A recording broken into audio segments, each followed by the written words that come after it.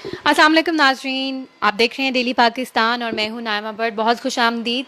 आज नाजरीन हम एक बहुत ही इंटरेस्टिंग टॉपिक पे बात करने जा रहे हैं जो कि है पाकिस्तान में फ़ुटबॉल फ़ुटबॉल फेडरेशन और पाकिस्तान में वुमेन और मेल फ़ुटबॉल के साथ क्या हो रहा है पिछले 3 साल से, और अब क्या हो रहा है पाकिस्तान में फ़ुटबॉल में, और आगे क्या होने वाला है, फ्यूचर क्या है फ़ुटबॉल का। इस सब के ऊपर हम बात करेंगे। हमारे पास बहुत ही इंटरेस्टिंग से गेस्ट बैठे हुए हैं जिन्होंने फ़ुटबॉल के लिए बहुत एफर्ट की है, फ़ुटबॉल को बहुत सपोर्ट भी किया है। उनका अपना क्लब भी है, अपनी एनजीओ भी है। उनका नाम है सर रिजवान, जो मॉडल टाउन फुटबॉल क्लब को के ऑनर हैं। यहाँ पे इनका क्लब है जो कि अभी रिसेंटली वो बताएंगे कि चैम्पियनशिप भी जीते हैं। इसके अलावा हमारे साथ मौजूद हैं तहरीम इकबाल, जो कि फुटबॉल नेशनल फुटबॉल प्लेयर रह चुकी हुई हैं। पाकिस्तान में जब फुटबॉल स्टार्ट हुआ था तो उन्होंने खेलना शुरू किया था और फुटबॉल के ऊपर इन्होंने बहुत काम किया है। नाज़रीन, हम जानते हैं कि पिछले 3 साल से पाकिस्तान में फुटबॉल सस्पेंड हो चुका था और फुटबॉल की कोई गेम नहीं हो रही थी, मेल्स की भी नहीं हो रही थी, वुमेन की भी नहीं हो रही थी, और फॉर द प्लेयर्स बहुत स्ट्रेस की बात थी और वो लोग बहुत उदास भी थे कि इतनी मेहनत और इतनी कोशिशों के बाद अब वो यहाँ तक पहुंचे हैं कि पाकिस्तान की इंटरनेशनल रिप्रेजेंटेशन हो रही है फुटबॉल की, और फुटबॉल ही सस्पेंड कर दिया गया, बैन कर दिया गया पाकिस्तान में पीएफएफ। अब फाइनली इस साल फुटबॉल दोबारा स्टार्ट हुआ है। हम इसके बारे में कुछ जानेंगे सर रिजवान से। मियां रिजवान जो कि मॉडर्न फुटबॉल क्लब को ऑन करते हैं, उनकी फेयर प्ले एनजीओ भी है। सर, कैसे हैं आप? जी खैर, अल्लाह का बड़ा करम है। जैसा आपने कहा जी, फुटबॉल बैन रहा है, वाकई बैन रहा है 3 साल। क्योंकि जब थर्ड पार्टी इन्वॉल्वमेंट हो जाती है, सपोज गवर्नमेंट, तो उस वजह से फीफा को ये बर्दाश्त नहीं है, उनके आइन में शामिल नहीं है कि कोई थर्ड पार्टी इन्वॉल्व हो। उस वजह से जो गवर्नमेंट के अहदेदार थे, उन्होंने कहा जी हमने फुटबॉल के ऊपर कब्जा करना है, हमने उसके ऊपर प्रेसिडेंट बनना है। जबकि फीफा एफ ने प्रॉपर इलेक्शन करवा दिया था इसके ऊपर, उसमें फैसला रियाज साहब दोबारा प्रेसिडेंट बने थे और 3 साल बैन रहा है। फिर सुप्रीम कोर्ट ने, फिर फीफा ने, एएफसी ने बड़े एफर्ट्स किए हैं। अभी पाकिस्तान जो फुटबॉलर हैं उन्होंने बड़ी एफर्ट्स की है, और फिर अभी ये मार्च में सुप्रीम कोर्ट का फैसला आया जी, वही बॉडी बहाल होगी जो 2015 में जून में जो इलेक्शन विन किए थे। ठीक है, तो सर अभी फाइनली मैंने देखा है कि मैचेस हुए हैं और यहाँ पे मॉडर्न फुटबॉल क्लब में काफ़ी लड़कियों के मैचेस हुए हैं। उसके बारे में ज़रा बताइए कि कैसा रहा दोबारा रिवाइवल फुटबॉल का जब हुआ है, तो लोग कैसे आए और लड़कियों का जो पैशन था और जोश था वो कैसा रहा? देखिए जी, एक तो मैं शुक्र अदा करता हूँ पाकिस्तान दिल पाकिस्तान का, secondly president Pakistan football federation का, जिसने बड़े एफर्ट्स किए हैं रिस्टोर करने के लिए पाकिस्तान फुटबॉल फेडरेशन को। सेकेंड ये है कि अभी 3 प्रोग्राम हुए हैं। चैलेंज कप कराची में हुआ है, जो मार्च में हुआ है। अभी अंडर 16 चैंपियनशिप हुई है, जिसमें model town women football club ने चैंपियनशिप जीती है अंडर 16। 2015 में चैंपियन थे, 2018 में चैंपियन बन गए। अब अभी हमारी यह लड़की हैं जो है वो कैंप में हैं, भूटान गई हुई थी खेलने के लिए, दोबारा आई है। अब दोबारा टीम जा रही है मंगोलिया खेलने के लिए। उसके बाद भी इसी मंथ में स्टार्ट में हमने अंडर 19 चैंपियनशिप वुमेन की, क्योंकि लोग कहते हैं मिसा मसला क्या है कि अब हम वुमेन की तरफ आ गई है। मैंने कहा जी हमने कोई 10 साल काम किया है इसके ऊपर, ग्रास लेवल के ऊपर। यहाँ से डेफिनेट अब भी मौका मिला हमें अपनी लड़कियों को हाईलाइट करने का और फल खाने का, क्योंकि जो इंसान एफर्ट्स करता है, मेहनत करता है, उसको उसका फल मिलता है। सही, कॉन्ग्रेचुलेशन सर।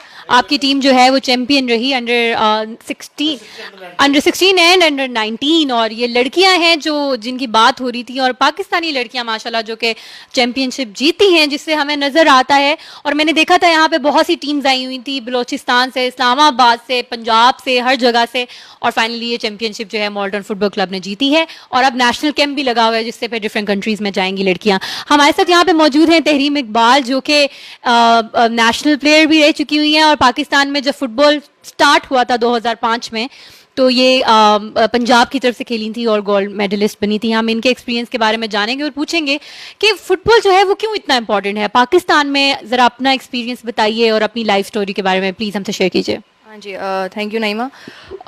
बहुत ही छोटी उम्र में मुझे याद है कि हम स्कूल गोइंग होते थे जब पाकिस्तान में वुमेन फुटबॉल इन्होंने प्रोफेशनली नेशनल लेवल पे स्टार्ट की थी, और तब क्वालिटी ऑफ फुटबॉल और क्वालिटी ऑफ प्ले चूँकि बहुत लो था, क्योंकि लड़कियों को नहीं पता था कैसे करना होता है। But over the years it grew lot, और मैंने खुद इसको प्रोग्रेस फर्स्ट हैंड एक्सपीरियंस किया है कि वुमेन ने कैसे अडेप्ट किया फुटबॉल को, और कैसे अपनी ज़िंदगी में इसको शामिल किया, और कैसे अपनी स्किल्स को ग्रो किया। और ये बहुत अफसोस की बात है कि आप इतनी एक चीज़ को इतना इतना आपने उसको प्रोग्रेस किया, इतना मतलब आप उसको आगे लेके गए हैं, और फिर आप उसको सडनली बैन कर दें तो आप बहुत ज़्यादा पीछे चले जाते हैं। तो जितनी सारी एफर्ट थी वो 3 सालों में आप कहाँ से कहाँ जा सकते थे, और आप कहाँ बजाय आगे जाने के आप और पीछे चले गए because of the time gap जो बैन की वजह से आया. इट्स रियली सैड कि हम स्पोर्ट्स को इस तरह पोलिटिसाइज कर देते हैं, और I don't know what ever the reasons, but it affects sports. और इसके बाद जो जिन प्लेयर्स का लाइवलीहुड अटैच होता है स्पोर्ट्स के साथ, इट अफेक्ट्स दोज पीपल. और फुटबॉल इटसेल्फ क्योंकि दुनिया का पॉपुलर तरीन मशहूर तरीन स्पोर्ट है, और बहुत सारे रीजंस हैं इसके, क्योंकि ये मेंटल और फिजिकल फिटनेस के लिए एक बेहतरीन चीज़ है. और स्पेशली अगर वुमेन इस चीज़ में आती हैं और इनकी सेहत के लिए, इनकी दिमागी सेहत के लिए, फिजिकल सेहत के लिए जो उन पर इफेक्ट पड़ता है, मैं उसको खुद फर्स्ट हैंड में इस चीज़ को एक्सपीरियंस किया हुआ है. और आपका एक माइंडसेट क्रिएट हो जाता है जो आपको ज़िंदगी में आगे लेके जाता है. आप you become more professional, you become more practical, और आपको अपनी फिटनेस पे, अपनी फिजिक पे बहुत ज़्यादा एतमाद होना स्टार्ट हो जाता है. आपका सेल्फ कॉन्फिडेंस रेज होता है. और in the end bottom line football is ton of fun.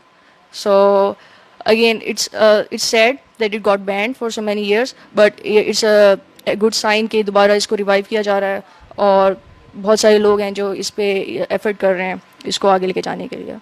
Thank you so much तरीम, आपने हमसे बात की और शेयर किया एक्सपीरियंस, क्योंकि हम लोग उस कैंप में इकट्ठे थे जो कि स्टार्ट हुआ था फुटबॉल का. और वुमेन लीडरशिप को मैं बहुत सपोर्ट करती हूँ, और मुझे भी सारी बातें वो याद आ गई कि फ़ुटबॉल कितना इम्पॉर्टेंट है. पाकिस्तान में जब फुटबॉल स्टार्ट हुआ था हम स्कूल में थे, और 2005 की बात है, और हम लोग इकट्ठे पढ़ रहे थे, एक ही हमारा बैच था, और वहाँ से हम लोग सेलेक्ट हुए थे. और हमें याद है कि हमारे पेरेंट्स को भी कन्विंस करना कितना मुश्किल रहता है रीम, राइट? और बहुत ज़्यादा actually I can not relate to that, क्योंकि मेरी मदर ने काफ़ी सपोर्ट किया हमेशा. बट आई नो कि लड़कियों को जो बहुत ज़्यादा कंजर्वेटिव फैमिली से होती हैं उनको बहुत ज़्यादा, स्पेशली स्पोर्ट्स जो है बहुत ही आउटरेजियस कॉन्सेप्ट है लड़कियों के लिए कि बाहर जाके तुम लोग खेलोगी, और लाइक थोड़ा सा भी आप घर के कामों के अलावा थोड़ा सा भी इधर उधर हिलेंगी तो बहुत ज़्यादा समझते हैं पता नहीं क्या चीज़ हो गई है. और बहुत ज़्यादा लोग लड़कियों को फाइट करना पड़ता है इस चीज़ के लिए, अपने शौक के लिए.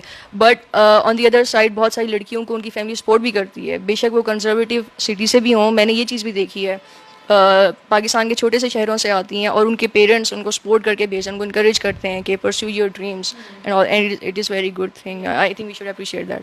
No, thank you. Obviously it's like we live in a global world. हर किस्म की फैमिलीज यहाँ पे पाई जाती हैं, कंजर्वेटिव भी, ओपन माइंडेड भी, और हम देखते हैं कि कुछ सपोर्ट करती हैं, कुछ नहीं करती हैं.